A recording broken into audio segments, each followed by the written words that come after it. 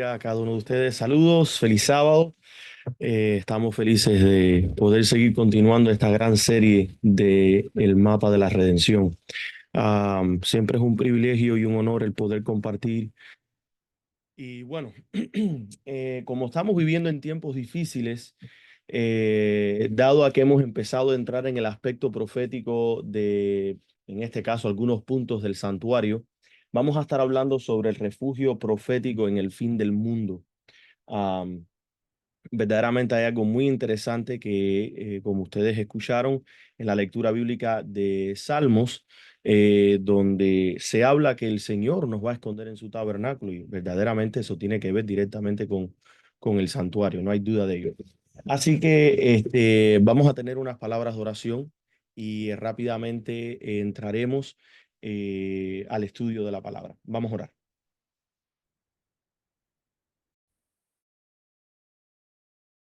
Oremos. Amante Padre que estás en los cielos, santificado sea tu nombre. Gracias, Padre, por la bendición que tú nos das de poder estudiar las sagradas escrituras. Pedimos la santa unción de tu Espíritu y que nuestros corazones y nuestras mentes puedan ser llenos de sabiduría que proviene de ti. Te lo pedimos todo en el nombre de Jesús. Amén. Bueno, ahí compartí la pantalla. En el gran mapa de la redención, llegamos al punto de la profecía con respecto a la importancia del santuario para estos últimos días, ¿verdad? Y hay algo interesante. En Salmos 27:5, que es el versículo o el texto bíblico del estudio, dice, porque Él me esconderá en su tabernáculo en el día del mal. Hay un gran día que como cristianos nosotros estamos esperando antes de la segunda venida. Y ese gran día, la Biblia lo describe de muchas maneras, pero una de las descripciones que nosotros podemos encontrar tanto en la Biblia como en el Espíritu de la Profecía es una gran crisis. Y esta gran crisis se le da un nombre o un título, y es el tiempo de la gran angustia, ¿verdad? Dice que en ese día del mal me ocultará en lo reservado de su morada. Sobre una roca me pondrá en lo alto. Si nuestro Señor Jesucristo es la roca, si nuestro Señor Jesucristo em, es lo principal, ¿verdad? El centro del Evangelio, el fundamento, la base, hace sentido que lo que Salmos nos está hablando o lo que Dios inspiró en el salmista específicamente para este tiempo de prueba tiene que ver con el conocimiento y la relación que nosotros como pueblo debemos de tener con Dios y también con, en este caso, con el Hijo, ¿verdad? Con Cristo. Ok. am, Vamos a hacer una introducción, ¿verdad? Aquí nos encontramos en el camino del refugio. En el camino del refugio, el santuario no fue solo modelo, sino vemos nosotros que fue el mapa celestial del alma redimida. Cada persona que va a llegar al cielo tiene que entender, pasar por el conocimiento, la experiencia de este gran mapa de la redención. Vemos que en el día del mal, y nosotros lo vamos a estar enfatizando como, en este caso, el tiempo de la gran angustia de Jacob, Dios no promete sacarte del conflicto, sino esconderte dentro de su presencia y protegerte o protegernos mientras estamos nosotros experimentando ese tiempo de prueba, ese tiempo en la tierra donde el mundo estará sin intercesor. Cristo cesará su trabajo, su obra como sumo sacerdote, nos encontraremos prácticamente solos en ese sentido, porque nuestros ángeles no nos van a abandonar, como estamos viendo por la palabra de Dios, Dios tampoco no nos va a abandonar, sino que nos va a proteger. La oración de Cristo refleja esto mismo en Juan 17. Cristo dice, no estoy orando para que lo saques del mundo, ¿verdad? Sino para que Dios nos protegiera mientras estamos en este mundo. Y aunque no somos de este mundo, estamos en este mundo con una misión y es proclamar ese evangelio. El Salmo 27:5 es el resumen del santuario. Vemos nosotros cobertura, vemos nosotros comunión y vemos nosotros la victoria. La idea central es que el que camina por el santuario entra en Cristo. Y el que entra en Cristo habita en el refugio eterno, ¿verdad?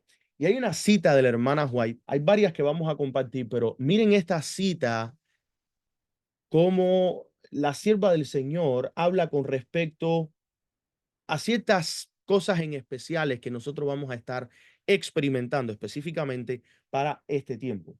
Dice, Satanás procurará desanimar a los seguidores de Cristo para que no oren ni estudien las escrituras y proyectara su sombra odiosa en el camino para ocultar a Jesús, para impedir la visión de su amor y las glorias de la herencia celestial.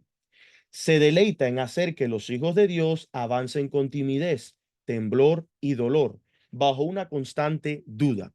Y esto es interesante porque para estos últimos tiempos sabemos que la mayoría del mundo va a estar en contra de la ley de Dios, va a estar en contra de lo que Cristo ha dado como mandato, de lo que Cristo ha instituido como pilares de nuestra fe, ¿verdad? Y esto es interesante. De tres maneras, Satanás puede lograr atacarnos y él está feliz. Número uno, puede ser que tengas la verdad, pero estás con timidez. Y puede ser que muchos de nosotros hemos experimentado esto, donde conocemos la verdad y por la presión de grupo, por lo que están diciendo, por lo que algunos dicen o por lo que algunos expresan, sentimos timidez al decir la verdad. Satanás se hace feliz y él completa su misión cuando él logra que nosotros, conociendo la verdad, tengamos timidez al compartirla. Número dos, temblor. Hay muchos que sienten miedo, pavor por tal de decir la verdad. Y no necesariamente la timidez es temor, porque el tímido no tiene miedo en el aspecto de que cree la verdad, conoce la verdad y está de acuerdo en mantenerse de parte de la verdad. Pero el que tiene temblor, aquel que tiene cobardía, ese esconde la verdad. Satanás está feliz. Él ha logrado su misión con este. Y está aquel que está bajo dolor. El que está bajo dolor es el que permite que las pruebas de este mundo, las persecuciones, lo que dicen los demás, el dime que te diré, que estas cosas lo abruman de tal manera que él entonces o su fuego por dentro se apaga y por ende no comparte nada. No necesariamente porque tiene temor o porque tiene timidez, sino porque ha sufrido y no ha podido aguantarse de Cristo y estar dispuesto a pasar por esa copa amarga de la cual la misma sierva del Señor nos dice que todos debemos de participar con paciencia, con amor, benignidad, ¿verdad? Es duro, pero es necesario. Dice ella que bajo una constante duda, la duda cuando se trata la palabra de Dios es pecado. Y eso es exactamente lo que Satanás quiere que nosotros tengamos con respecto a la Biblia, es que tengamos dudas. Si lo dice, si no lo dice, si ha sido declarado, si no ha sido declarado. Y la duda, mis queridos, es lo que va a hacer que muchos duden cuando aparezca el falso Cristo con respecto a las cosas que salen de su boca. Se van a quedar y van a decir, bueno, ¿será o no será? Y porque están en duda, muchos serán engañados. Y el engaño vendrá de tal manera que aún hasta los escogidos pudieran ser engañados. No obstante, la cita sigue diciendo que Satanás busca hacer el camino lo más doloroso posible, pero si sigues mirando hacia arriba, no hacia abajo, a tus dificultades, no desfallecerás en el camino. Pronto verás a Jesús extendiendo su mano para ayudarte y solo tendrás que darle la tuya con simple confianza y dejar que Él sea quien te guíe. Jesús es la luz del mundo y debes moldear tu vida según la suya. Encontrarás ayuda en Cristo para formar un carácter fuerte, ¿verdad? Que esto es lo opuesto a timidez, simétrico, algo que está bien balanceado, lo opuesto al miedo, y hermoso, lo opuesto al dolor. La hermosura es la paz, la felicidad, el gozo, la sonrisa, ¿verdad? Satanás no puede anular la luz que emana de tal carácter. O sea, si nosotros llegamos a reflejar a Cristo de tal manera, el Satanás, el enemigo, no puede hacer nada al respecto. El Señor tiene una obra para cada uno de nosotros. Él no dispone que seamos sostenidos por la influencia de la alabanza y el halago humano. Quiere que cada alma se mantenga firme en la fuerza del Señor. Y eso fue escrito en la Review and Herald 15 de marzo de 1887. Y el título de este hermoso artículo que escribió la sierva del Señor es ¿En qué debemos de gloriarnos? Y es interesante que He predicado sobre Jeremías capítulo 9 antes y he buscado citas de la hermana White con respecto al tema y no me había topado con este artículo hasta recientemente.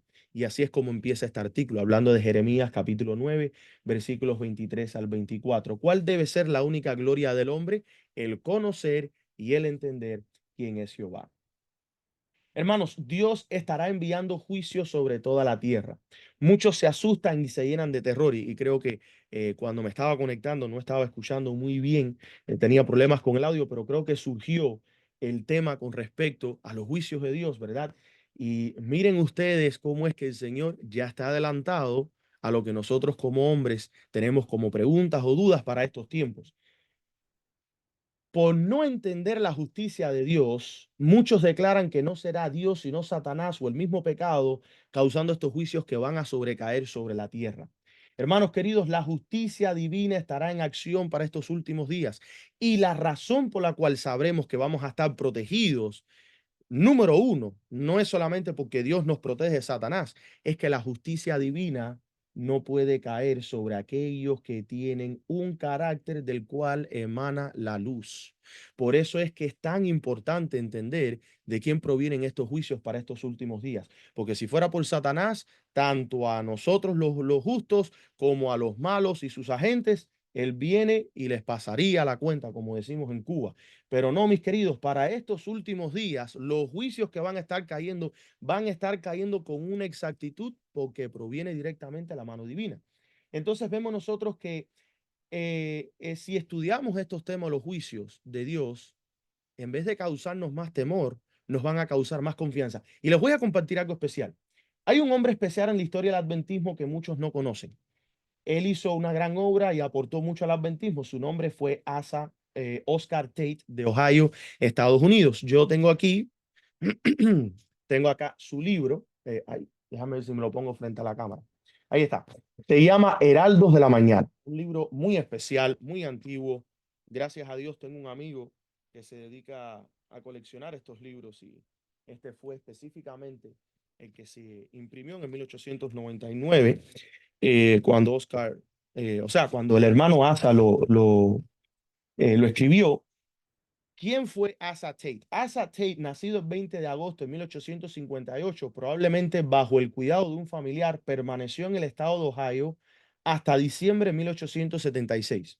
Cuando se unió a la familia de su padre en Onarga, porque su mamá murió, él también tuvo un hermanito que murió a edad temprana, y su padre se mudó al estado de Illinois. Él se mudó con su papá en el 1876 ahí en Onarga, en Illinois, y se estableció él como carpintero a edad temprana, con unos 18 años más o menos. A principios de ese año, James, que es el papá de este hermano Asa Tate, así como Agnes Elliot, que es su madrastra, se habían convertido a la iglesia adventista del séptimo día gracias a la labor evangelizadora de Robert F. Andrews y George W. Colcord. Se organizó una iglesia en Onarga y en el 1877 Asa también aceptó el mensaje adventista y fue bautizado por el anciano Andrews. Y yo quiero compartir algo que él escribió porque tanto James White como la hermana White estuvieron muy, pero muy involucrados en que Asa fuera ministro. Y Asa hizo una inmensa obra que muchos ni siquiera conocen. Y bueno, es que casi ni se conoce la historia de los pioneros hoy en día. Pero yo recomiendo mucho que si pudieran conseguir este libro, que lo consigan. Solamente tengo el PDF en inglés, todavía no tengo una traducción al español, pero espero que con la ayuda del Señor se pueda llegar a hacer ese trabajo pronto. Miren lo que dice este libro.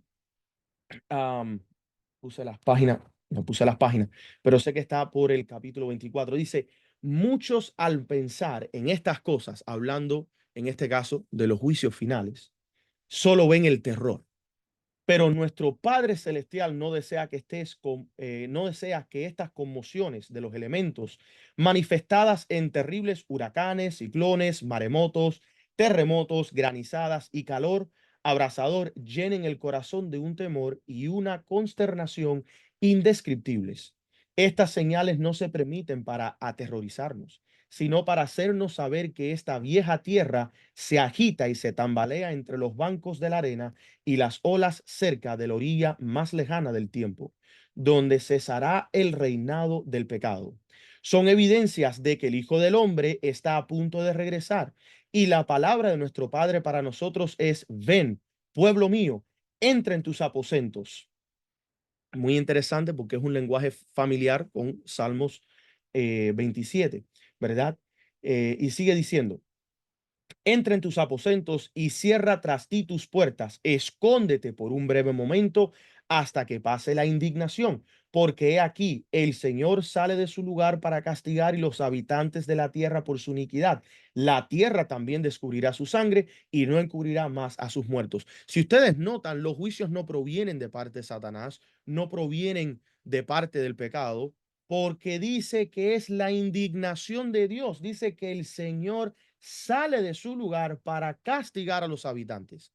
Hermano, cualquiera que hable con un lenguaje opuesto al que está en las escrituras no está de parte de Dios, sino más bien estaría de parte de Satanás, como estaríamos leyendo en la cita de la hermana White, donde dice que él busca constantemente tirar dudas sobre la palabra. ¿Verdaderamente la palabra dice eso o no lo dice? ¿Verdaderamente eso fue lo que el Señor declaró o no declaró? Sigue diciendo nuestro hermano Asa Tate: en este tiempo nuestro Señor nos asegurará: no temerás al terror nocturno, ni la saeta que vuela de día, ni la peste que anda en tinieblas, ni la destrucción que asolará al mediodía. Caerán 1000 a tu lado y 10.000 a tu diestra, pero a ti no te alcanzará. Solo con tus ojos mirarás y verás la recompensa de los impíos. ¿Quién da la recompensa de los impíos? No es Satanás. Satanás no es un juez ni es justo en sus juicios. Verdaderamente el único que puede dar una recompensa apropiada a los impíos sería en este caso Dios. Porque si fuera por Satanás, él se sobrepasaría, incluso con sus mismos agentes. Pero Dios es justo, mis queridos, y él se va a asegurar que cada uno reciba tal lo que merece, ni más ni menos. Y sigue diciendo, con respecto a que Dios recompensará a los impíos, porque has puesto al Señor, que es mi refugio, al Altísimo por tu morada. No te sobrevendrá mal, ni plaga se acercará a tu morada, porque a sus ángeles mandará cerca de ti, que te guarden en todos tus caminos. En sus manos te llevarán para que no tropieces con piedra. Sobre el león y la áspid pisarás, al cachorro del león y al dragón hollarás. Cosas muy preciosas, promesas verdaderamente poderosas se encuentran en las escrituras. ¿Vamos nosotros a creer estas promesas? Bueno, eso depende de cada uno. Ahora, ¿cuál es el patrón de la liberación? Vemos nosotros que el Éxodo no es una referencia como profecía del fin. Por ejemplo, en Salmo 77, versículo 13, la palabra dice: tu camino, Dios, está en el santuario. Si el camino de Dios está en el santuario y el Éxodo fue la salida del pueblo de Israel físicamente de Egipto, significa que Dios tuvo que darles un camino, y ese camino era el santuario. Si el pueblo de hoy tiene que salir de la Babilonia espiritual, del Egipto espiritual, significa que Dios tiene que darnos un camino. Ese camino tiene que ser, ¿qué cosa? El santuario de Dios. Vemos nosotros entonces que está la etapa, la lección profética y el cumplimiento final. En el caso de que sacado de las aguas, vemos nosotros que el nacimiento de Cristo fue bajo un decreto de muerte. Hoy en día el nacimiento de nuestras vidas bajo un carácter perfecto de Cristo va a ser verdaderamente bajo ¿qué cosa? Un decreto de muerte. Así como Cristo nació y Herodes mandó a que fuera eliminado, ese hombre, esa mujer que va a ser completada en Cristo antes del cierre de la gracia, porque tenemos que parar de pecar antes del cierre de la gracia. El pueblo tiene que estar sellado, perfectamente preparado.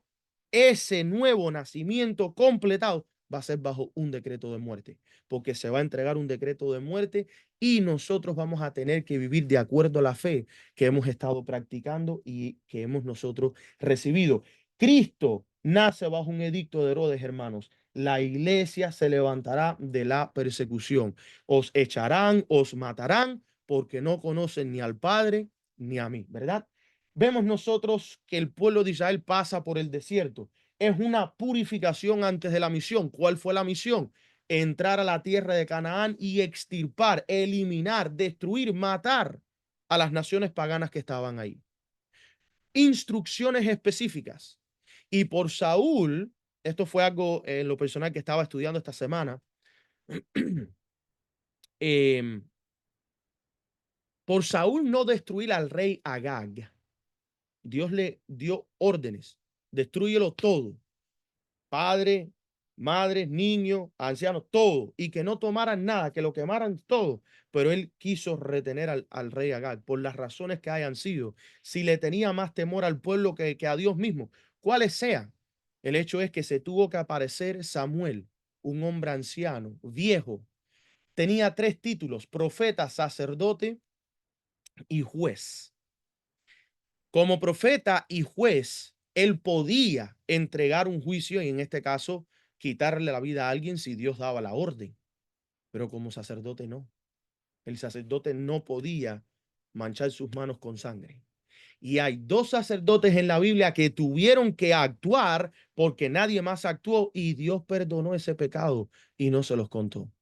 Está el hijo de Aarón cuando se empezó a regar, eso fue en el tiempo del profeta, ay, se me olvidó el nombre del profeta, que quiso dar las maldiciones, no pudo más decir al pueblo y le dijo al rey, mira, envía y aléjalos de la presencia de Dios y entonces ellos serán malditos. Y enviaron a las mujeres sacerdotisas y empezaron ellos a acostarse con esas mujeres y se armó una mortandad en el campamento y tuvo que venir el hijo de Aarón, y se me olvidó el nombre ahora mismo, creo que fue Eleazar, y con una lanza atravesó la mujer, la sacerdotisa principal con uno de los hombres que ella estaba y cesó la mortandad en el campamento. Lo mismo sucede en el tiempo de Samuel. Samuel va al rey Saúl, le declara al rey Saúl, Dios te ha desechado porque tú no has hecho de acuerdo al corazón y la orden de Dios. Claro, ya venían más problemas con Saúl. Saúl ya había cometido ciertos pecados, pero o sea, esto fue lo que colmó la paciencia de Dios.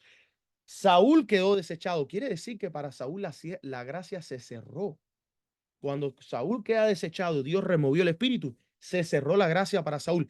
Y lo que Saúl no completó, que tenía que ser completado, tuvo que hacerlo Samuel. Gracias, mi hermano Fernán. Sí, fue Finés, hijo de Eleazar. Eleazar era hijo de Aarón y era el profeta Balaam. Excelente, gracias por la corrección.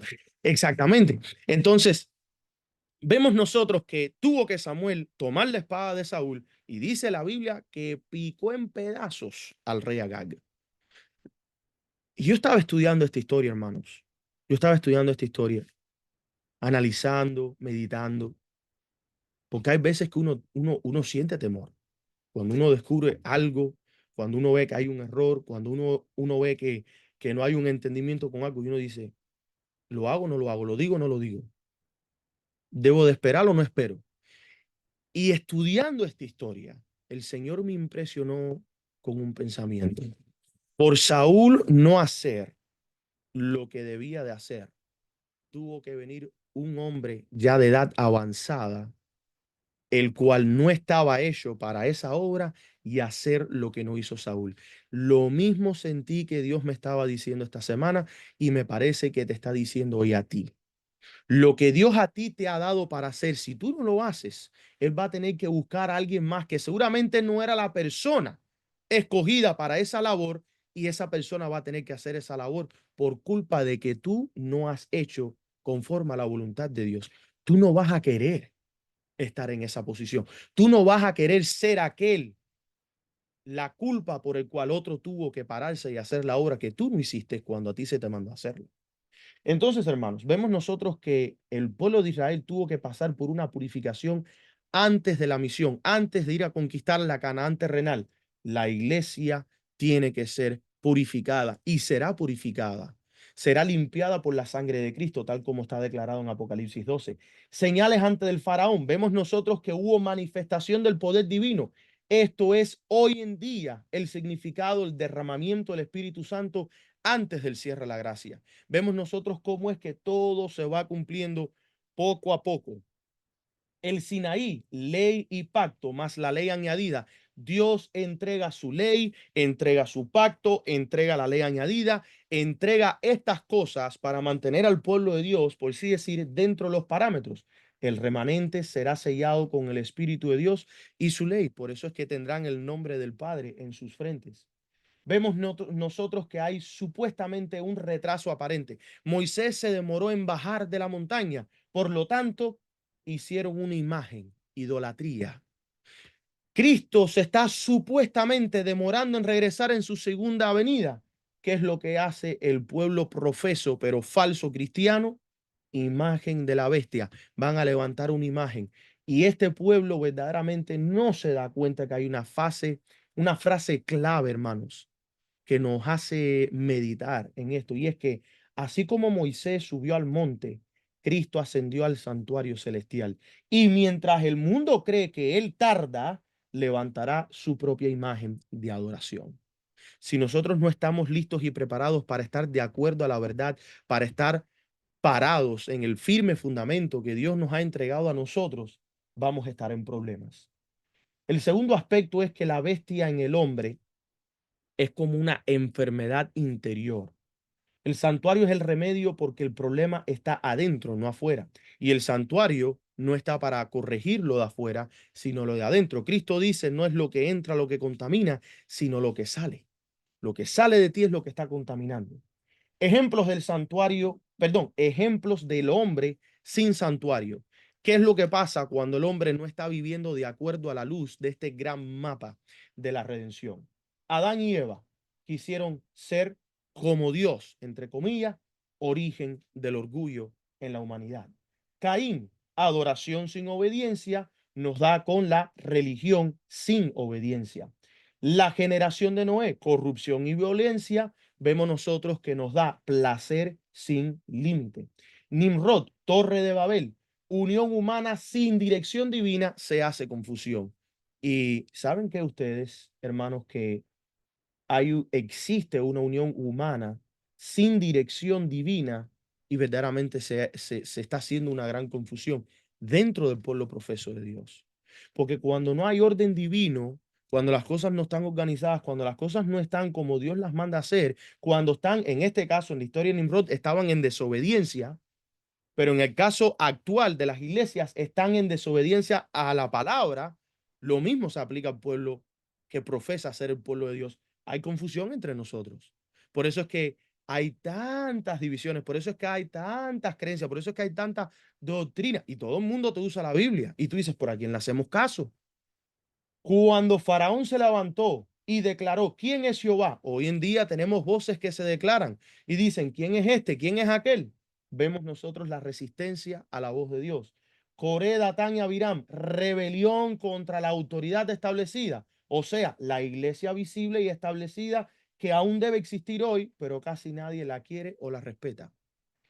Saúl, obediencia parcial, nos conllevó a la desobediencia disfrazada de devoción. La gente, oh, el elegido, oh, el escogido, oh, el ungido, 3 veces ungido, pero fue desechado por Dios. ¿Por qué? Por una obediencia parcial. Fue y destruyó a los amalaquitas, pero no terminó la obra que Dios le había entregado. Nabucodonosor, idolatría imperial, impuso decretos para adoración falsa. El hombre que se adora a sí mismo, se exalta su ley y sus decretos por encima a los de Dios. Balsasar. Oh, ¿habrán Balsasares hoy dentro del movimiento del Padre y el Hijo? Profanación de lo sagrado, banquete sobre juicio, reclamando y reclamando, no quieren hablar de ese aspecto del carácter de Dios y creen que las cosas van a estar impunes y que a su tiempo el pecado de una manera suicidamente hará que cada uno se mate o se destruya. No, hermanos, Satanás no está aquí para autoeliminarse. Si fuera por Satanás, viviera por la eternidad. Y el pecado, que es desobediencia a los mandatos de Dios, no es suicida. Por eso fue que Dios tuvo que remover el árbol de la vida de Edén y tuvo que poner 2 ángeles, uno con una espada de fuego en la entrada de Edén para que nadie entrara y otra espada que daba vuelta alrededor del árbol para que nadie llegara a ese fruto. ¿Ustedes se imaginan un pecador comiendo el fruto de la vida, viviendo por la eternidad, lleno de pecado, sufrimiento, dolor, enfermedades, esparciendo todas esas dudas y esa desobediencia, influencia negativa? Hermanos, horrible. Pero vemos nosotros la pregunta, ¿habrán Belsasares hoy dentro del Padre y el Hijo, del movimiento del Padre y el Hijo? Herodes. Herodes le tuvo miedo al pueblo, poder político mezclado con la religión. Lo mismo va a suceder para este tiempo. Algunos creen, oh, Babilonia es el Estado. No, Babilonia es la iglesia caída por sus corrupciones y sus falsas doctrinas. Y ella irá al Estado, así está puesto en el conflicto de los siglos, y le dirá al Estado, tal como sucedió en el tiempo de Herodes, si no haces lo que nosotros te decimos, te sacamos te sacamos del poder, te quitamos de tu posición. Y el Estado, por cuidar su posición, como lo hizo también Pilato, ¿verdad? Ellos, ¿qué cosa? Van a ceder a lo que los poderes religiosos están haciendo. Pilato no mató a Cristo porque Pilato quería perseguir a Cristo. Pilato mató a Cristo porque la iglesia se lo pidió. O mandó a matar a Cristo porque la iglesia se lo pidió. Los judíos no mataron a Cristo porque el Estado los obligó a ellos a matar a Cristo. No, la iglesia, la sinagoga llevó a Cristo al Estado y obligó al Estado a que a que eliminaran, mataran, se deshacieran de Cristo. Lo mismo va a suceder para nuestro tiempo. Pilato va a querer ser neutral ante la verdad. Los estados, los países hoy en día van a querer ser neutrales frente a la verdad. ¿Cuál es el resultado? Cobardía espiritual. Este país, por ejemplo, Estados Unidos, un país que siempre ha defendido la libertad de conciencia, la libertad de religión, la Biblia, la constitución de este país es una constitución, es un documento especial que Dios estuvo detrás de ese documento. Pero eso todo un día va a cambiar. ¿Por qué? Porque ellos van a querer ser neutrales a la verdad. Fíjense que la hermana White dice que hoy en día los que guardan el domingo aún no tienen la marca de la bestia. Pero cuando las iglesias vayan al Estado y le digan al Estado, tienes que imponer el domingo, ahí es que se convierte como marca de la bestia. Tenemos que estudiar, hermanos, porque viene una cobardía espiritual y del hecho de que alguien no cree en la Trinidad no quiere decir que no va a tener esa cobardía espiritual. Judas estuvo dentro de los 12. ¿Cuántos Judas existirán hoy dentro del movimiento del Padre y el Hijo? Amor al dinero, amor a las cosas terrenales, amor a la reputación, que eso lo he escuchado con mis oídos, amor a la posición, amor al trabajo, amor a las cosas que se tienen. Eso será traición disfrazada de ministerio. Todo esto, mis queridos, es una lista de ejemplos cuando el hombre está sin santuario. Dos más nos quedan. Los fariseos, religión sin amor, forma de piedad sin poder. Los mercaderes del templo, comercio en lugar de comunión. La bestia Apocalipsis 13, que es un poder religioso político que impone adoración, cuando el hombre rechaza el santuario interior, que es la presencia de Cristo, se levanta una bestia exterior que lo domina. El hombre sin santuario se convierte en bestia. Y para entender esto que estoy diciendo, tienen que escuchar la parte 6. El alma sin el espíritu de Cristo pierde la imagen divina. El santuario reinstala el trono de Dios en nuestros corazones. Vamos a ver ahora esta tercera parte del tema, el santuario, refugio en el tiempo de angustia, que es en esencial el corazón, el centro de lo que estamos presentando. Éxodo 25:8, y harán un santuario para mí y habitaré en medio de ellos. Cada mueble, ojo, puse aquí la señal de un pergamino. ¿Por qué? Porque cada mueble representa la palabra de Dios, la instrucción divina. Y esto lo quiero enfatizar. Cada mueble es una estación profética del alma. Cada aspecto de las escrituras, hermanos, es una estación profética de nuestras vidas. En el mueble vemos nosotros el significado y el significado vemos nosotros el cumplimiento final. Por eso es que en el altar de sacrificio está la muerte al yo. Crucificado estoy yo con él, mas ya no vivo yo, mas vive Cristo en mí. ¿Cuál es el cumplimiento final? Estos, los 144,000, vencen por medio de la sangre del Cordero, porque ellos han preferido la muerte antes de la traición a los mandatos de Cristo. ¿Qué fue lo que Cristo envió como mandato? Eso es lo que ellos viven, eso es lo que ellos predican, eso es lo que ellos hacen. Vemos nosotros el lavacro que nos representa la limpieza y entrega, tal como está en Tito, capítulo 3, versículo 5. Somos nosotros bautizados. Somos bautizados hacia la muerte en Cristo, hacia la resurrección que el Padre nos da, hacia el Espíritu que Él nos da para una nueva vida. ¿Cuál es el cumplimiento final? La purificación antes del sellamiento, que tanto nos habla Apocalipsis capítulo 7, versículo 3. Mesa de los panes, la doctrina pura, Mateo 4:4, pan celestial, es el cumplimiento final, sin levadura del error. Cristo le dijo a sus discípulos en Mateo 16, tengan cuidado de la levadura de los fariseos. Los fariseos leían de la Biblia, escudriñaban las escrituras, incluso se las conocían de memoria, pero su interpretación estaba alejado del don del Espíritu de la profecía.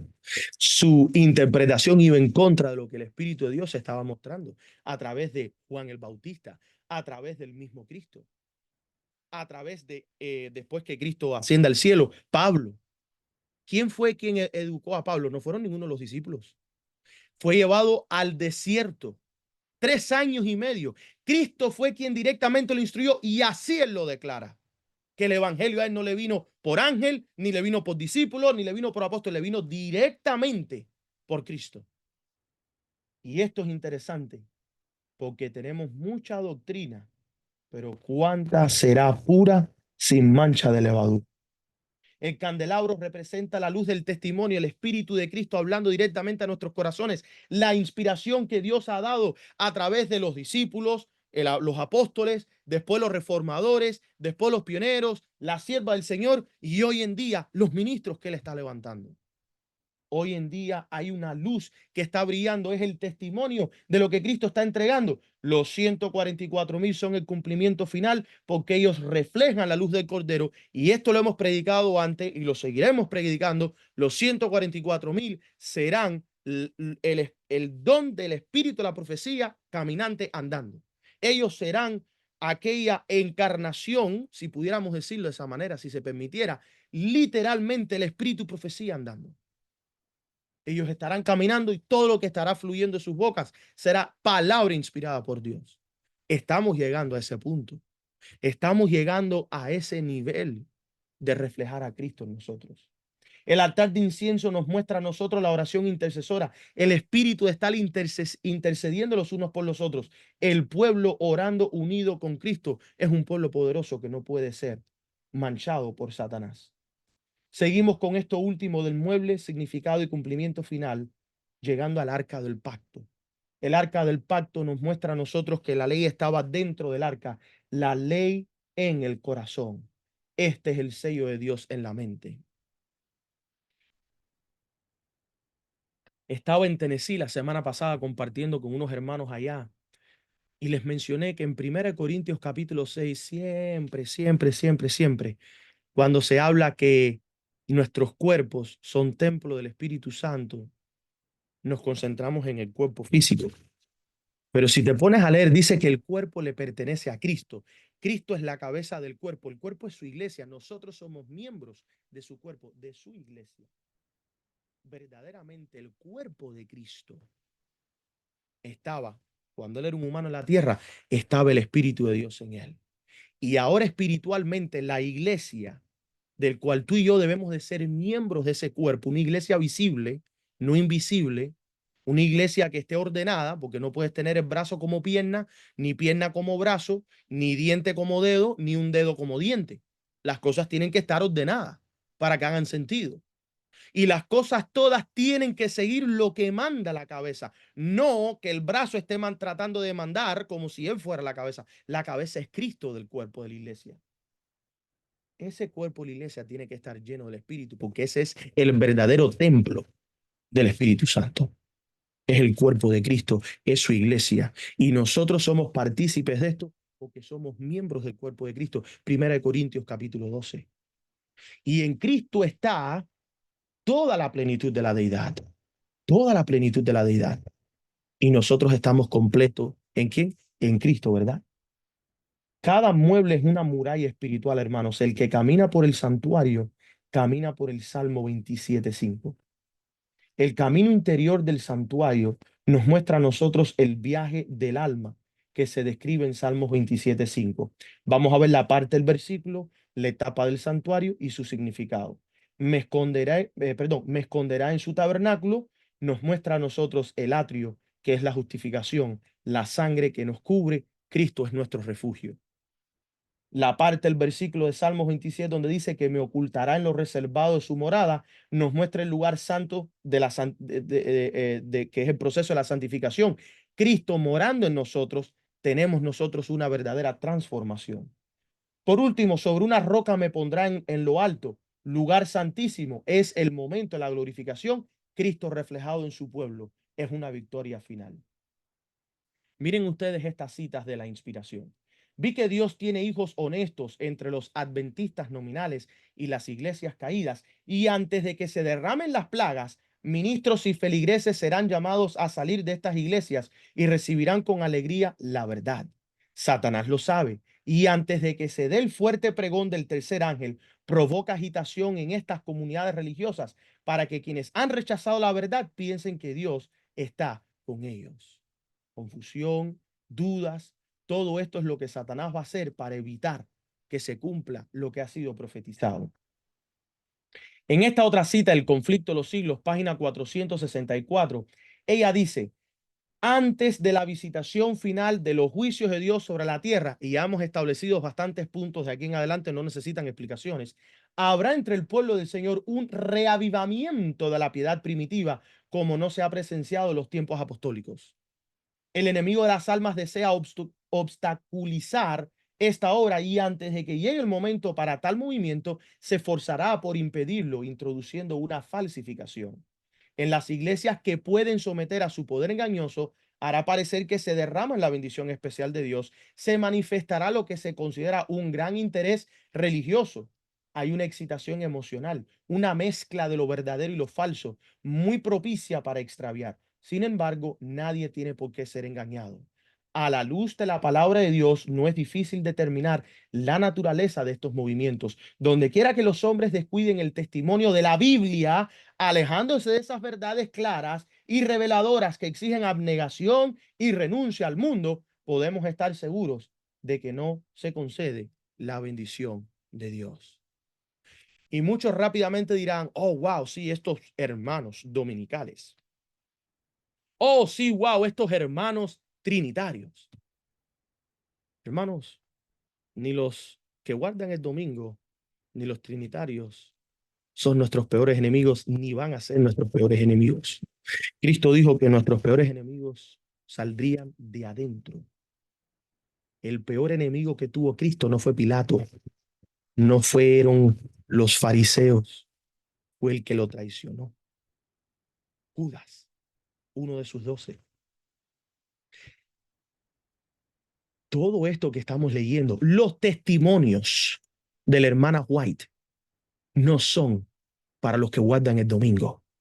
Los testimonios de la hermana White no son para aquellos adventistas que no creen ni en la misma Biblia.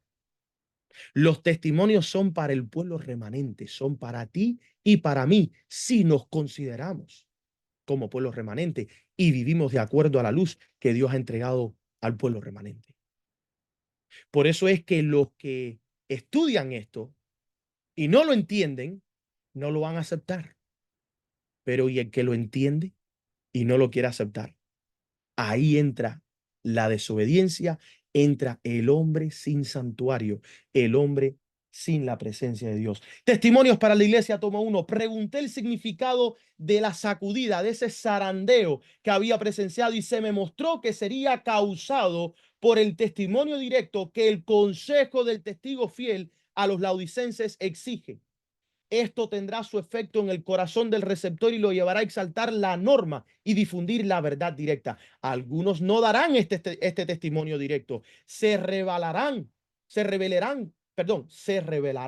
contra él y esto causará una sacudida en el pueblo de Dios. Esto va a causar un zarandeo. Hay ciertas verdades que aún no han sido entendidas, incluso dentro del movimiento del Padre y el Hijo. Tenemos mandamientos directos de parte de Cristo. Salieron de la misma boca de Cristo Jesús. Y ya lo estamos visualizando. Que cuando el Señor diga, salid adelante y predicad esto. Mira, terremoto, no un 9.0. Vamos a ponerle el nombre bíblico, un 12.0. Las 12 tribus de Israel, las 12 tribus de Israel, las 12 puertas, todo eso va a temblar. El movimiento va a temblar. porque todavía tenemos ese espíritu laodicense, que nos creemos que estamos bien cuando no estamos bien. Hay quienes entre nosotros harán confesiones como lo hizo Acán. Oh, disculpa, yo lo entendí ahora. Oh, hermanos, demasiado tarde para salvarse. No podemos guiarnos por una confesión. Dijo Cristo, por sus confesiones vosotros los conoceréis. No, Cristo dijo por sus frutos, porque el fruto se da con tiempo.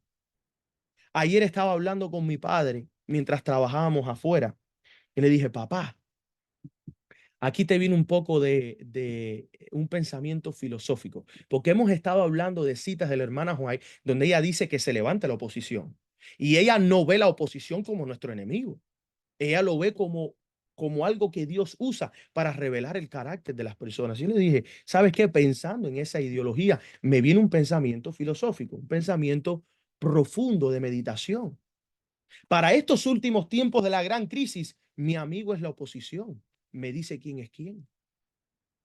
Mi mejor consejero es el tiempo, por su fruto los conoceréis. Y la mejor acción que yo puedo implementar es la paciencia. Por eso la experiencia del pueblo de Dios en Apocalipsis 14 es, he aquí está la paciencia de los santos. No te opongas a la oposición, hermano. Deja que se levante, deja que hablen de ti. Hablé con otra hermana que me había llamado porque había compartido un correo en mi iglesia local.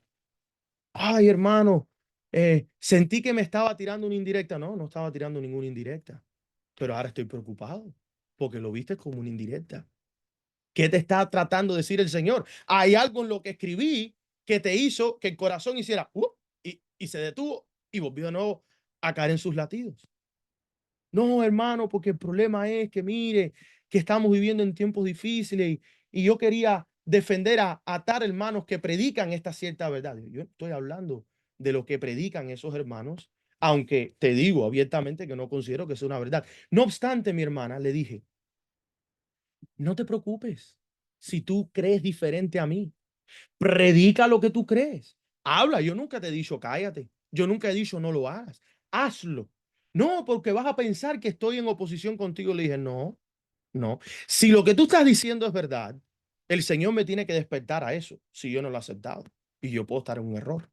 Si tú te estás oponiendo a la verdad, por sus frutos los conoceréis. Llegaré a conocer verdaderamente quién eres tú, quién es fulano, quién es mengano. A mí no me molesta cuando la gente habla a mis espaldas. A mí me conviene cuando la gente habla a mis espaldas. Porque cuando la gente habla a las espaldas del remanente, del pueblo de Dios, cuando el remanente viene a presentar la verdad con el Espíritu de Cristo, no es solamente lo que se está diciendo, sino cómo se dice que produce una doble bendición en los oídos receptores. Muchas veces no entendemos que no es lo que se está diciendo, es cómo se dice. Y sí, nuestros enemigos nos hacen un gran favor cuando se levantan en contra de la verdad, cuando se levantan en contra de lo que dice la palabra, que hablan de nosotros, que nos calumnian. Por eso es que existen las benevolencias. Es una doble bendición. Hermanos, miren ustedes esta otra cita de Testimonios para la Iglesia, tomo 8. El Señor llama a una renovación del testimonio directo dado en años pasados. En su tiempo, la hermana White dice que el testimonio directo trajo zarandeo. El zarandeo empezó desde su tiempo.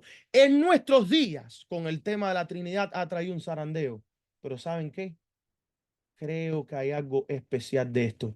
El Señor llama a una renovación del testimonio directo dado en años pasados. Llama a una renovación de la vida espiritual. Las energías espirituales de su pueblo han estado entorpecidas por mucho tiempo, pero habrá una resurrección de la muerte aparente. Mediante la oración y la confesión de pecados debemos de despejar el camino del Rey. En Salmos 27:5 es el mapa completo, el santuario es el resumen de toda la redención en una sola frase: refugio, comunión y victoria. Hay tres escenas finales, hermanos, en la guerra final y de adoración. Vemos que Éxodo 25:22 nos dice, allí me declararé a ti, solo donde está la ley de Dios mora su presencia. Ezequiel 9, el juicio comienza ¿por dónde? por su santuario. No comienza por Babilonia, no comienza por Egipto, no comienza por Israel, no comienza por Estados Unidos, no comienza ni siquiera por el profeso pueblo adventista nominal. Comienza por ti, o sea, por ti y por mí. En Apocalipsis 11:19 se abre el templo y se ve el arca. El mensaje del santuario se convierte en el mensaje del juicio.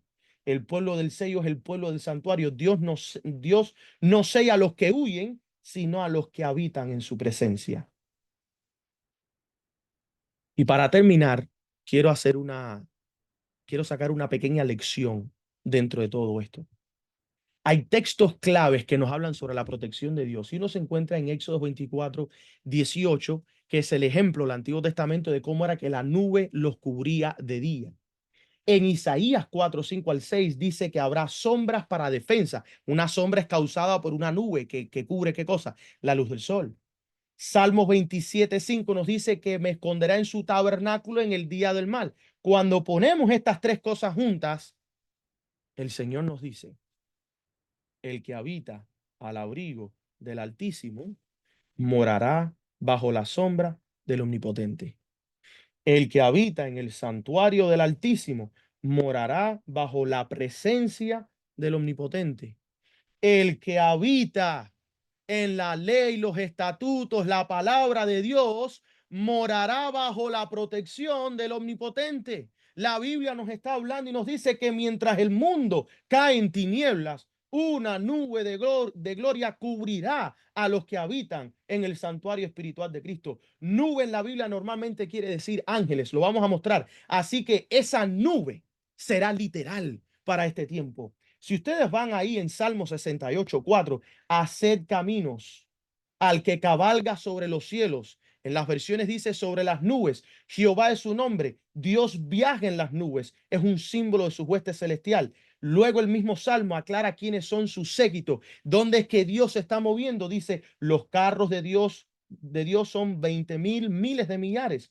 El Señor viene del Sinaí a su santuario. Las nubes sobre las cuales Dios cabalga son sus carros y esos carros son sus ángeles, huestes celestiales. Cristo viene ¿con qué? Con las nubes, acompañado de qué? De ángeles. Dice, he aquí que viene con las nubes y todo ojo lo verá. ¿Qué nubes se refiere? Son las nubes de ángeles que vendrán y serán miles y millones de ángeles y desde lejos parecerá una nube y cubrirán las cosas, pero el que habita en el abrigo del Altísimo no tiene por qué temer, porque no va a morir. Él está siendo cubierto por estas nubes. Enviará sus ángeles con gran voz de trompeta y juntará a sus escogidos. Habla Mateo. Las nubes de la segunda venida no son vapor físico, sino la multitud de ángeles luminosos que acompañan al rey. Y solamente porque sé que hay algunos que dirían, esta interpretación del hermano Yeser está débil. No es mi interpretación. Miren lo que dice la sierva del Señor. Cristo viene con nubes y gran gloria. Y en un mismo contexto, una multitud de ángeles resplandecientes lo acompañará.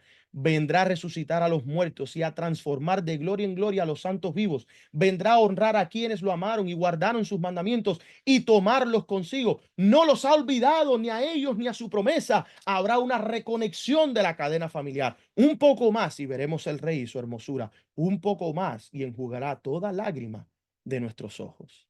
El deseado de toda la gente.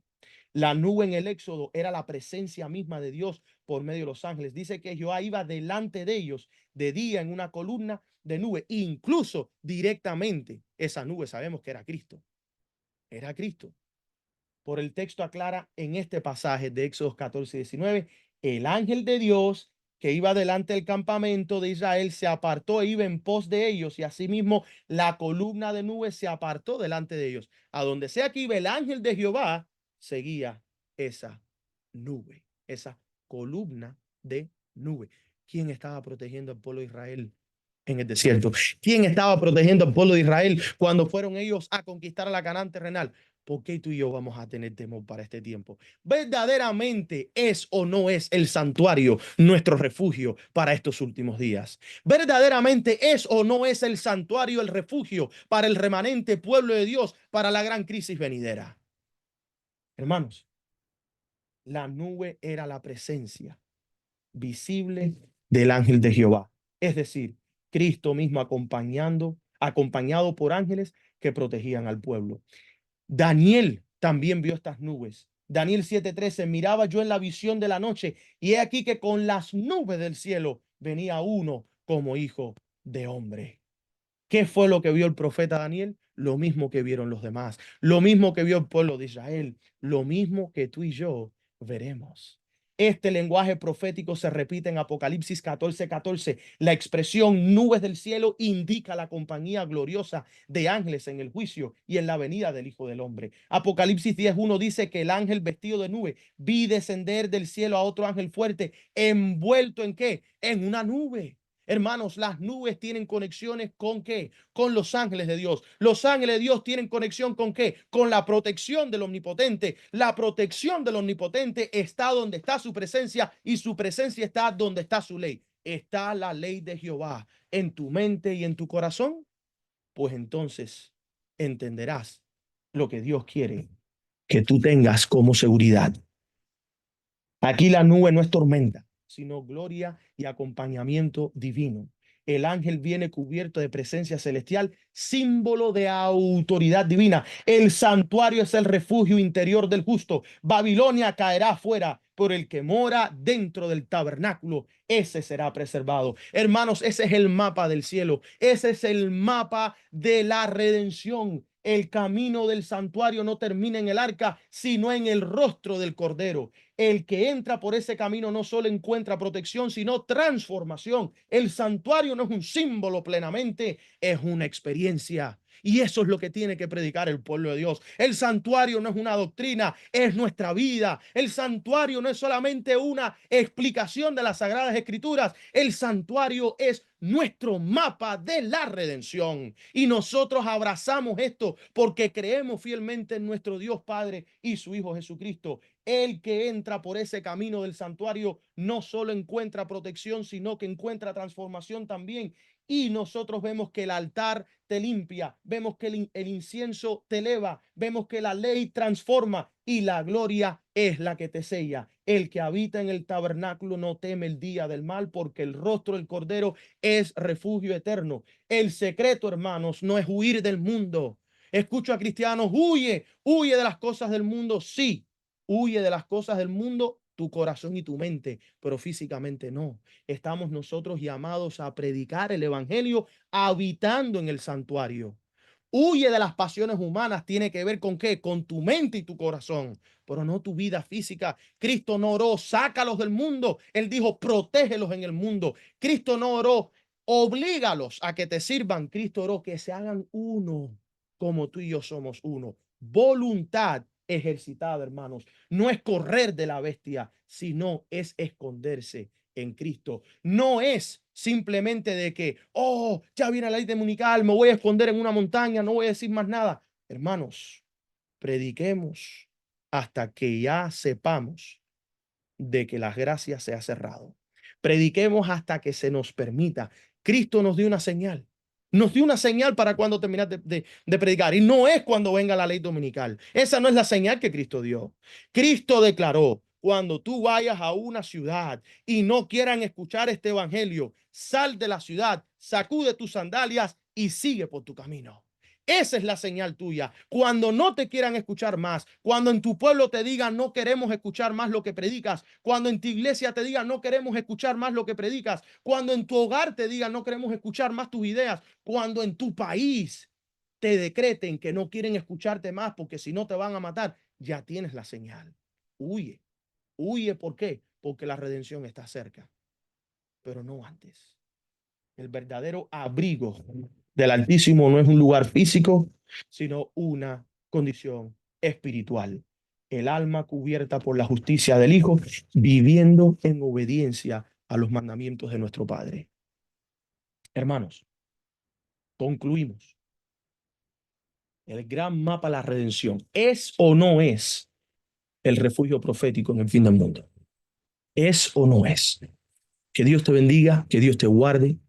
Espero que puedas meditar las cosas que han sido leídas y compartidas y que de alguna manera te puedan servir de ánimo para seguir adelante de acuerdo a la verdad, aunque se desplomen los cielos. Pero ese es el tiempo en el cual estamos viviendo, donde se necesitan ese tipo de hombres. Así que bueno, que Dios me los bendiga. Vamos a terminar con unas palabras de oración, porque me tengo que retirar rápido en camino hacia la iglesia, si me lo permiten. Vamos a orar. Amante Padre que estás en los cielos, santificado sea tu nombre. Gracias, Padre, porque podemos ver en las Sagradas Escrituras tus promesas de protección para tu pueblo fiel. Podemos ver en las Sagradas Escrituras el poder y la autoridad de tu Hijo Cristo Jesús. Nosotros queremos ser protegidos, queremos habitar, Padre, en tu santuario, que tu ley esté en nuestros corazones y tu presencia transforme nuestras vidas. Perdona nuestras faltas y pecados, y que este mensaje pueda ser de ánimo para tu pueblo, a seguir adelante viviendo de acuerdo a la luz que tú nos has entregado, a la palabra divina, nuestra única regla de fe. Bendice a aquellos que por primera vez están aprendiendo grandes verdades y pueden ser que sientan temor o que se sientan tímidos o simplemente inseguros, Padre. Manda ángeles y refuerza esos corazones. Envía a personas, ministros o gente de tu pueblo, Padre, que estén dispuestos a compartir la verdad sin tener en cuenta las consecuencias que puedan traer la predicación de este evangelio. Que podamos seguir adelante predicando a todo pueblo, tribu, nación y lengua esta gran verdad, que si nosotros tenemos fe en ti y tu Hijo Cristo Jesús habita en nuestros corazones, si nosotros por fe creemos que Cristo está en nosotros, seremos transformados de gloria en gloria y podremos adorarte en espíritu y en verdad por el resto de la eternidad. Te pedimos estas cosas en el nombre de tu Hijo amado Cristo Jesús. Amén y amén.